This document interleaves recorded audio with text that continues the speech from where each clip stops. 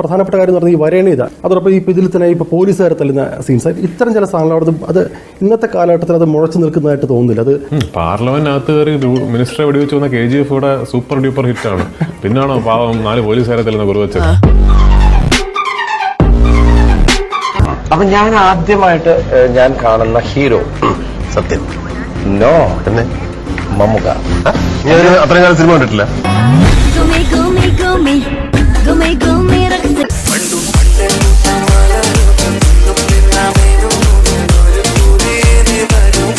ഭാര്യക്ക് ഏറ്റവും ലേറ്റസ്റ്റ് ആയി വാങ്ങിക്കൊടുത്ത ഗിഫ്റ്റ്? ഏറ്റവും ലേറ്റസ്റ്റ് ആയിട്ട് വാങ്ങിക്കൊടുത്ത ഗിഫ്റ്റ് ഒരു സെക്കൻഡ് അറിയാനുണ്ടോ? അർമാനി എക്സ്ചേഞ്ചിന്റെ അണ്ടർവെയർ ഉണ്ട്. Oh no.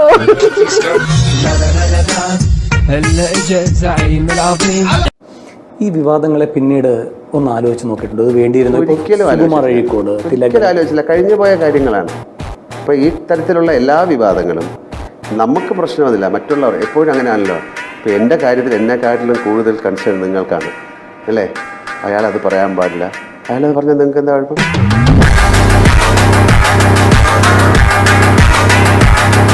അവിടെ ചെന്നപ്പോൾ നടന്നൊരു സംഭവം ഷാനന്റെ അടുത്ത് പറഞ്ഞിരുന്നു. ഒരാള് വിനീത് പാടി വന്നപ്പോൾ വിനീതിന്റെ അടുത്ത് പറഞ്ഞു, എനിക്ക് നിങ്ങളെ അറിഞ്ഞുകൂടാ, അത്ര എനിക്ക് നിങ്ങളുടെ അച്ഛനെ അറിയാം എന്ന് പറഞ്ഞിട്ട്, അതായത് എനിക്ക് ഇതൊന്നും വലിയ ഇതൊന്നും അല്ല, നിങ്ങളുടെ അച്ഛനൊക്കെയാണ് എനിക്ക് അറിയുന്നത് എന്ന് പറഞ്ഞിട്ട് ഒരു പുച്ഛിച്ചോണ്ട് വിനീത് ഉടനെ എടുത്ത് വായിക്കുക, എനിക്ക് നിങ്ങളെ അറിഞ്ഞൂടാ, നിങ്ങളുടെ അച്ഛനെ അറിഞ്ഞൂടാ, പോട്ടെ എന്ന് പറഞ്ഞു. ഇപ്പൊ ഫോർ എക്സാമ്പിൾ പറയുകയാണെങ്കിൽ ഈമയ്യവ് പോലൊരു സിനിമ തിയേറ്ററിലുണ്ട്, at the same time Pulimurugan പോലൊരു സിനിമ തിയേറ്ററിലുണ്ട്. ഓക്കെ, 2 സിനിമയ്ക്ക് ടിക്കറ്റ് ഉണ്ട് ബുക്ക് ചെയ്യാൻ നോക്കുമ്പോൾ. എനിക്ക് രണ്ടും കാണണം. ആദ്യം ഏത് കാണും അതാണ് ചോദ്യം. എനിക്ക് ആദ്യം വീട്ടിനടുത്തുള്ള തിയേറ്ററിൽ ഏതാണ് അതായിരിക്കും ആദ്യം കാണാൻ. സുരേഷ് ഗോപിയുടെ വകയായി മലയാള ഭാഷയ്ക്ക് കുട്ടികൾക്ക് 2-3 വാക്കുകൾ, ഷിറ്റ്സ്, എന്താ പിന്നെ അങ്ങനെയുള്ള പുല്ലേ. ഇതിപ്പം ഞാൻ ഷിറ്റെന്നും പുല്ലെന്നും ഒക്കെയാണ് പറഞ്ഞത്. ഇംഗ്ലീഷ് ഫിലിംസിൽ മുഴുവൻ വാക്കാണ് ഉപയോഗിക്കുന്നത്. ഇതെത്തിയില്ലേ? എന്താ? അപ്പം നിങ്ങൾ ഈ പറഞ്ഞ ആരോപണത്തിൽ ഒരു ടാർഗറ്റ് ഉണ്ട്. ആ ടാർഗറ്റിന് ഈ നെഞ്ച് കിട്ടില്ല. വേറെ വല്ലവരും ഉണ്ടെങ്കിൽ പോയി തപ്പ്.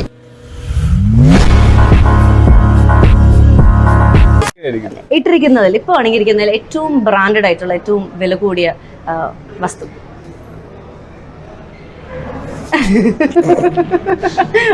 അത് ഷർട്ടല്ല, ഷൂ അല്ല, ബെൽറ്റ് അല്ല. വേണ്ട.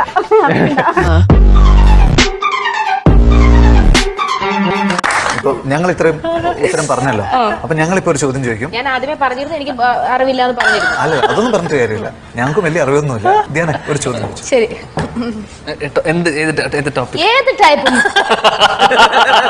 ഒന്നും അറിയില്ല.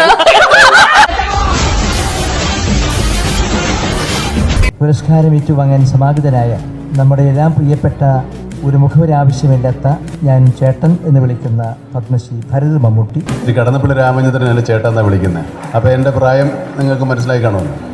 പക്ഷേ അത്ഭുതകരമായിട്ടുള്ളൊരു കാര്യം, എൻ്റെ മോനെയും പുള്ളി ചേട്ടൻ എന്നാണ് വിളിക്കുന്നത്. ഇത്രയും പ്രായമുള്ള ഒരു അനിയൻ എനിക്ക് ഉള്ളത് എനിക്ക് വളരെ സന്തോഷമുള്ള കാര്യമാണ്. എല്ലാ ആഴ്ചയും പടം റിലീസാവുന്ന നായകൻ, വർഷത്തിലൊരിക്കൽ ഒരു പടം റിലീസാവുന്ന നായകൻ. വർഷത്തിലൊരിക്കൽ ഇറങ്ങിക്കഴിഞ്ഞിട്ട് മറന്നു പോകുന്നില്ല. വർഷത്തിലൊരിക്കലും ഒരു സിനിമ കാത്തിരുന്ന് പൊട്ടിപ്പോയി എങ്ങനെ ഉണ്ടാവും? മറ്റേ ചാനല് ഏതെങ്കിലും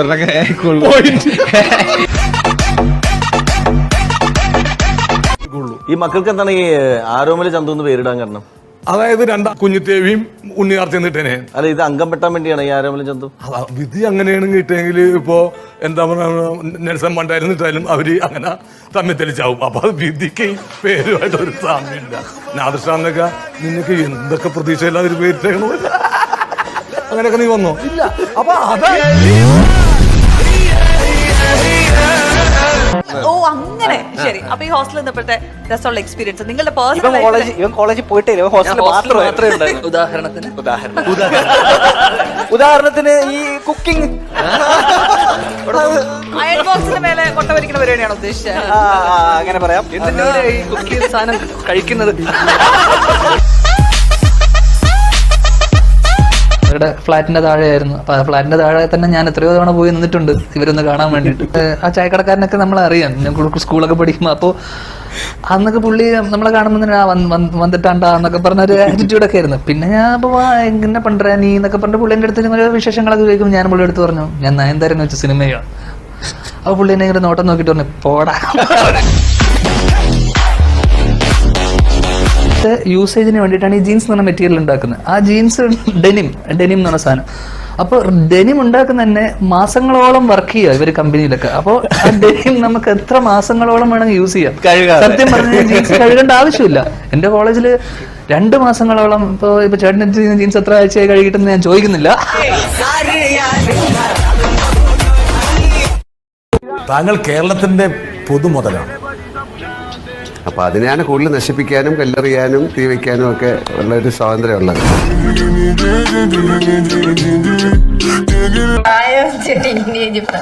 ചെറിയ പിള്ളേരല്ലേ? ചെറിയ അതിന്റെ ഒരു കാര്യം നവ്യനാർ അല്ല മിരാസ്മിൻ ബാല എന്ന് പറഞ്ഞൊരു പടത്തില് കുറച്ച് ചേർന്ന് അഭിനയിച്ചായിരുന്നു. അതിനുശേഷമാണ് മിരാസിനെ വിട്ടെ ഞാൻ നവ്യനാരെ വിട്ടു. നവ്യ നേരെ ഇഷ്ടായിരുന്നു. ഇപ്പോ ഇല്ല. വെള്ളിത്തിരിയുടെ കുറച്ച് പോസ്റ്റേഴ്സ് ഒക്കെ കണ്ടായിരുന്നു. പിന്നെ ഞാൻ മതിയാക്കി. പൃഥ്വിരാജ് ദേഷ്യം തോന്നിയിട്ടില്ല. ലക്കിയാന്ന് തോന്നി.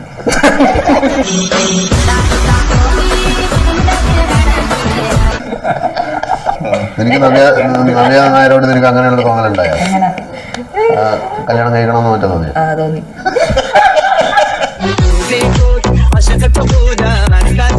വ്യത്യാസം തോന്നിയിട്ടുണ്ട്. ഏട്ടനോട് ചോദിച്ചു നിന്റെ ഏട്ടത്തിമ്മയായിട്ട് മീര യാസ്മിൻ വരുന്നതിൽ നിനക്ക് എന്തെങ്കിലും പ്രശ്നം ഉണ്ടാകും?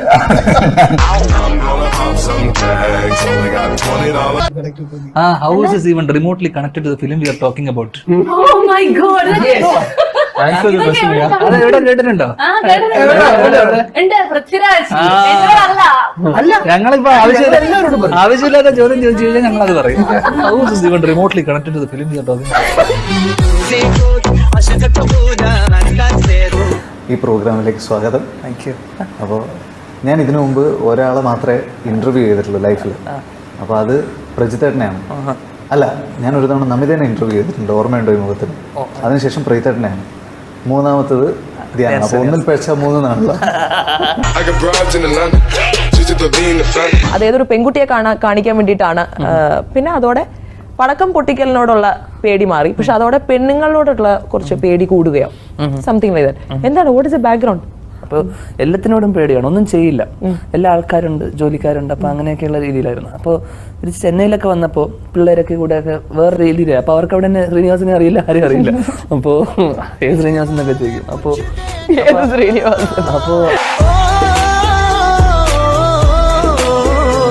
എന്നാ പിന്നെ ഒരു കാര്യം ചെയ്യാം, പോയിട്ട് രാവിലെ വരാം.